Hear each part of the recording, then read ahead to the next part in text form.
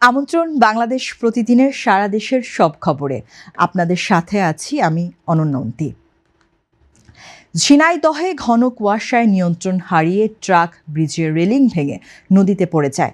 এ ঘটনায় ট্রাকের চালক ও হেলপার নিহত হয়েছে।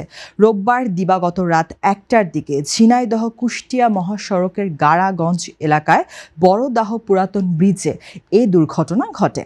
ফায়ার সার্ভিসের সদস্যরা উদ্ধার অভিযান চালিয়ে তাদের মরদেহ উদ্ধার করেছেন। পুলিশ ও স্থানীয় সূত্র জানায়, যশোর থেকে ডাল বোঝাই একটি ট্রাক পাবনার উদ্দেশ্যে যাচ্ছিল। রাত 1টার দিকে ট্রাকটি বড়দাহ পুরাতন ব্রিজে উঠলে হঠাৎ চালক নিয়ন্ত্রণ হারায়। এ সময় ট্রাকটি ব্রিজের রেলিং ভেঙে নিচে কুমার নদে পড়ে যায়। শৈলকুপা থানার ভারপ্রাপ্ত কর্মকর্তা ওসি হুমায়ুন কবির জানান, দুর্ঘটনার খবর পাওয়ার পর থেকে উদ্ধার অভিযান চালানো হয়েছে। ভোরে হেলপারের এবং সকালে চালকের মরদেহ উদ্ধার করে আইনগত প্রক্রিয়া শেষে ময়নাতদন্তের জন্য মর্গে পাঠানো হয়েছে। উড়ো চিঠি পাঠিয়ে ত্রয়োদশ জাতীয় সংসদ নির্বাচনে কক্সবাজার 4 আসনের বিএনপি মনোনীত প্রার্থী শাহজাহান চৌধুরীকে নির্বাচন থেকে সরে দাঁড়ানোর হুমকি দেওয়া হয়েছে। রোববার দুপুরে ডাকযোগে চিঠিটি পেয়েছেন উখিয়া টেকনাফের সাবেক এই সংসদ সদস্য। খামের ভেতরে চিঠির সঙ্গে একটি সাদা কাপড়ের টুকরো পাঠানো হয়েছে। প্রেরক হিসেবে কথিত ব্যাটালিয়ন 71-এর কক্সবাজার আঞ্চলিক কোঅর্ডিনেটর মুমিনুল আলমের নাম উল্লেখ করা হয়। উখিয়া থানা পুলিশের ভারপ্রাপ্ত কর্মকর্তা নূর আহমদ বলেন, সাধারণ ডায়েরিটি গ্রহণ করা হয়েছে। নিরাপত্তার বিষয়টি গুরুত্ব দিয়ে যথাযথ ব্যবস্থা নেওয়া হবে। সরকারি কাজে বাধা ও ক্ষতি সাধনের হুমকি দেওয়ার অভিযোগে গ্রেফতারের প্রায় 15 ঘণ্টা পর জামিনে মুক্তি পেয়েছেন বৈষম্য বিরোধী ছাত্র আন্দোলনের হবিগঞ্জ জেলা সদস্য সচিব মাহাদি হাসান। রোববার সকাল 10টায় তাকে হবিগঞ্জ জুডিশিয়াল ম্যাজিস্ট্রেট আদালতে হাজির করা হলে বিচারক জুডিশিয়াল ম্যাজিস্ট্রেট আব্দুল মান্নান 200 টাকা মুচলেকায় তার জামিন মঞ্জুর করেন। পুলিশের কাজে বাধা দেওয়ায় অভিযোগ মাহাদিকে গত শনিবার সন্ধ্যার দিকে গ্রেফতার করা হয়। এ ঘটনার পর সন্ধ্যা থেকে সকাল পর্যন্ত বৈষম্য বিরোধী ছাত্র আন্দোলনের শতাধিক নেতাকর্মী হবিগঞ্জ সদর মডেল থানার সামনে অবস্থান নেন। তারা রাতেই আদালত বসিয়ে মাহাদি হাসানের জামিন শুনানির দাবি জানান। তবে রাতে আদালত না বসায় সকালে তাকে আদালতে নেওয়া হয়। এদিকে তার গ্রেফতারের খবর ছড়িয়ে পড়লে মধ্যরাতে শাহবাগ অবরোধ করেন বৈষম্য বিরোধী ছাত্ররা। বঙ্গোপসাগরে অভিযান চালিয়ে দালালদের খপ্পরে পড়ে সমুদ্রপথে অবৈধভাবে বিদেশে যাওয়ার চেষ্টা করার সময় 273 জনকে উদ্ধার করেছে বাংলাদেশ নৌবাহিনী। এ সময় একটি কাঠের বোটসহ মানব পাচারকারী দালাল চক্রের 10 সদস্যকে গ্রেফতার করা হয়।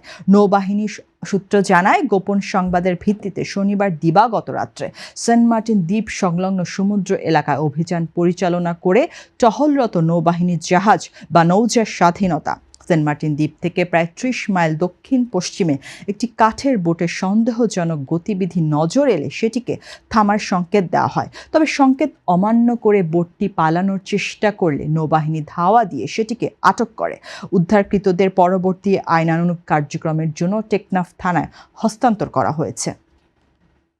রাজশাহী বিশ্ববিদ্যালয়ের ক্যান্টিনে নারী কর্মচারীকে যৌন হেনস্থার অভিযোগে কর্মচারীকে আটক করেছে পুলিশ।